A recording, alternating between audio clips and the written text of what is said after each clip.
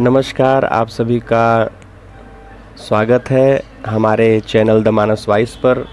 आशा करता हूं कि आप सभी स्वस्थ होंगे, अच्छे होंगे, अपने लोगों का ख्याल रख रहे होंगे।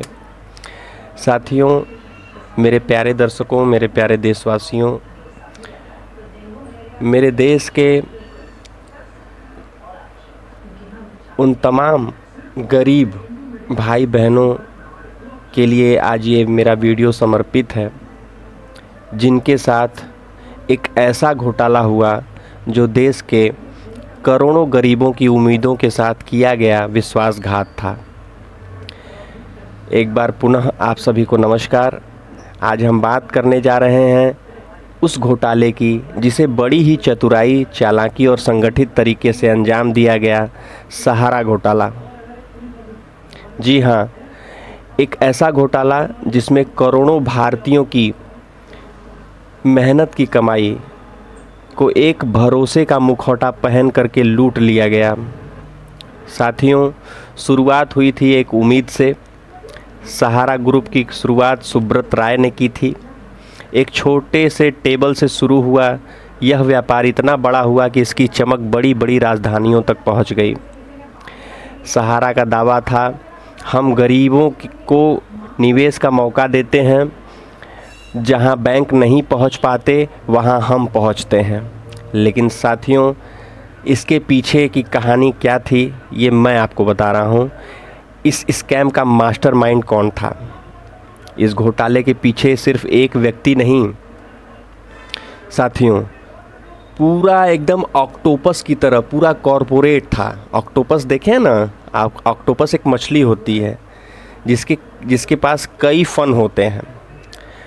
उसी तरह यह इस घोटाले के पीछे पूरा कॉरपोरेट जगत के ऑक्टोपस लगे हुए थे, जिसका सिर यानी कि हेड ये सुब्रत राय था। इन्होंने क्या किया? लाखों एजेंटों के माध्यम से गरीबों और जनता के से पैसे लिए गए छोटे छोटे निवेशों के नाम पर। सहारा की दो कंपनियां थीं। पहली का नाम था सहारा इंडिया रियल इस्टेट क्रॉप और दूसरी कंपनी का नाम था सहारा हाउसिंग इन्वेस्टमेंट क्रॉप। इन दोनों कंपनियों ने 3 करोड़ गरीबों से 25,000 करोड़ रुपए जुटा लिए। ये पैसा न तो सेबी यानी कि security and exchange board of India को बताया गया, जो कि ऐसी कंपनियों के लेन देन सब चीज़ों का रखरखाव करती है, न ही कोई पारदर्शी रिकॉर्ड था। और सबसे चौंकाने वाली बात यह है मेरे साथियों कि इन 3 करोड़ गरीब निवेशकों के कोई सटीक दस्तावेज या रिकॉर्ड या पहचान सेबी को नहीं दिया सहारा ने। सेबी बनाम सहारा ये एक ऐतिहासिक लड़ाई 2010 में शुरू हुई। सेबी ने इस पूरे सिस्टम पर सवाल उठाए। उन्होंने इतने पैसे किससे लिए, कैसे लिए, पैसे कहाँ हैं, ये सहारा को जवाब देना था। सहारा ने ये जवाब दिया कि ये पैसे हमने ग्रामीण लोगों से लिए हैं, हम उनका कोई रिकॉर्ड नहीं दे सकते क्योंकि लोग गांवों में रहते हैं। सेबी ने यह मामला फिर कोर्ट में उठाया 2012 में सुप्रीम कोर्ट ने कहा सहारा को निवेशकों का पैसा वापस करना होगा। और कितना करना होगा? 25,000 करोड़ रुपए से ज़्यादा। साथियों, स्कैम के गहरे राज मैं आपको बता रहा हूं। सबसे पहली बात तो ये थी कि इस स्कैम में फर्जी दस्तावेज, लाखों निवेशकों के नाम, पता, सब कुछ नकली निकला। राजनीतिक संरक्षण था सहारा को। सहारा ने कथित तौर पर कई राजनेताओं, अफसरों और वीआईपी को लाभ पहुंचाया, टैक्स हेवन में निवेश किया, भारत से कमाई गई राशि को विदेशों में भेजने और रियल इस्टेट में खपाने के भी सबूत मिले। सहारा स्टार होटल्स, एयरलाइंस और आईपीएल की टीम, गरीबों के पैसे से बने अमीरों के सपने। साथियों, यह राजनीतिक घोटाला और एक बिजनेस, एक तरीके से समझिए राजनीति और बिजनेस का ये गठजोड़ था जिसकी वजह से ये घोटाला हुआ। 2014 में जब सहारा के दफ्तरों पर छापे पड़े, श्रद्धेय प्रधान सेवक नरेंद्र मोदी जी की सरकार बनी, उसके बाद ये छापे पड़ने शुरू हुए। एक डायरी सामने आई, सहारा डायरीज़। इसमें दर्ज था कि किस तारीख को किन राजनीतिक हस्तियों को पैसे दिए गए सहारा के माध्यम से। अब सवाल ये उठा कि क्या सहारा एक कंपनी थी या एक ब्लैक मनी हब? क्या इसे एक वित्तीय हथियार के रूप में इस्तेमाल किया गया? ये कटु प्रश्न है। कहाँ है वो 3 करोड़ निवेशक? आज तक न तो उन सभी निवेशकों की पहचान हो पाई, न ही उन्हें पैसा लौटा और न ही सुब्रत राय को कोई गंभीर सज़ा मिली।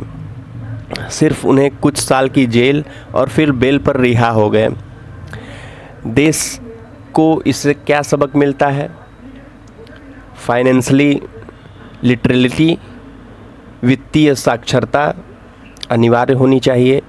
जनता को निवेश करने से पहले कंपनी के बारे में सब कुछ जांच पड़ताल कर लेनी चाहिए।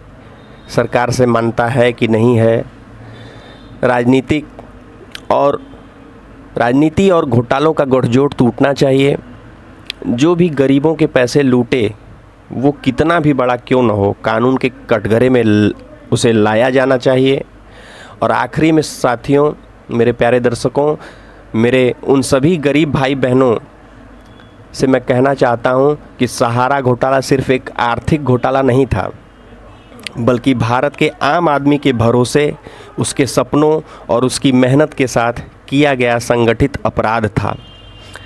साथियों, कहने में मुझे कोई संकोच नहीं कि मेरे भी पिताजी सहारा में पैसा जमा करते थे और मेरे अगल बगल बहुत से लोग, यूँ समझिए कि एक बहुत बड़ा मकड़ जाल फैला हुआ था और सभी ले रहे थे। और मैं आपको एक चीज़ और बताना चाहूँगा कि मेरे नानी गांव, जहाँ मेरा नानी गांव है, वहाँ पर भी मैं कुछ गरीबों को जानता हूँ जिनका पैसा डूब चुका है और उन्हें प्राप्त नहीं हुआ है। बहुत से हमारे गृह मंत्री श्रद्धेय अमित शाह जी के पहल पर, उनकी मेहनत परिश्रम के दम पर बहुत से लोगों का पैसा सरकार ने वापस करने का काम किया है। किंतु मैं अपने केंद्रीय नेतृत्व से यह निवेदन करता हूं और मांग करता हूं कि अभी भी बहुत सारे गरीब भाइयों और बहनों का, जिसकी संख्या काफ़ी बड़ी है, अभी तक उन्हें पैसा नहीं मिल पाया है। सभी पीड़ितों को पैसा लौटाया जाए, दोषियों को सज़ा दी जाए और आने वाली पीढ़ी को ऐसे घोटाले से सतर्क किया जाए। जय हिंद, जय भारत। मिलते हैं साथियों अगले राष्ट्रवादी वीडियो में। जय हिंद।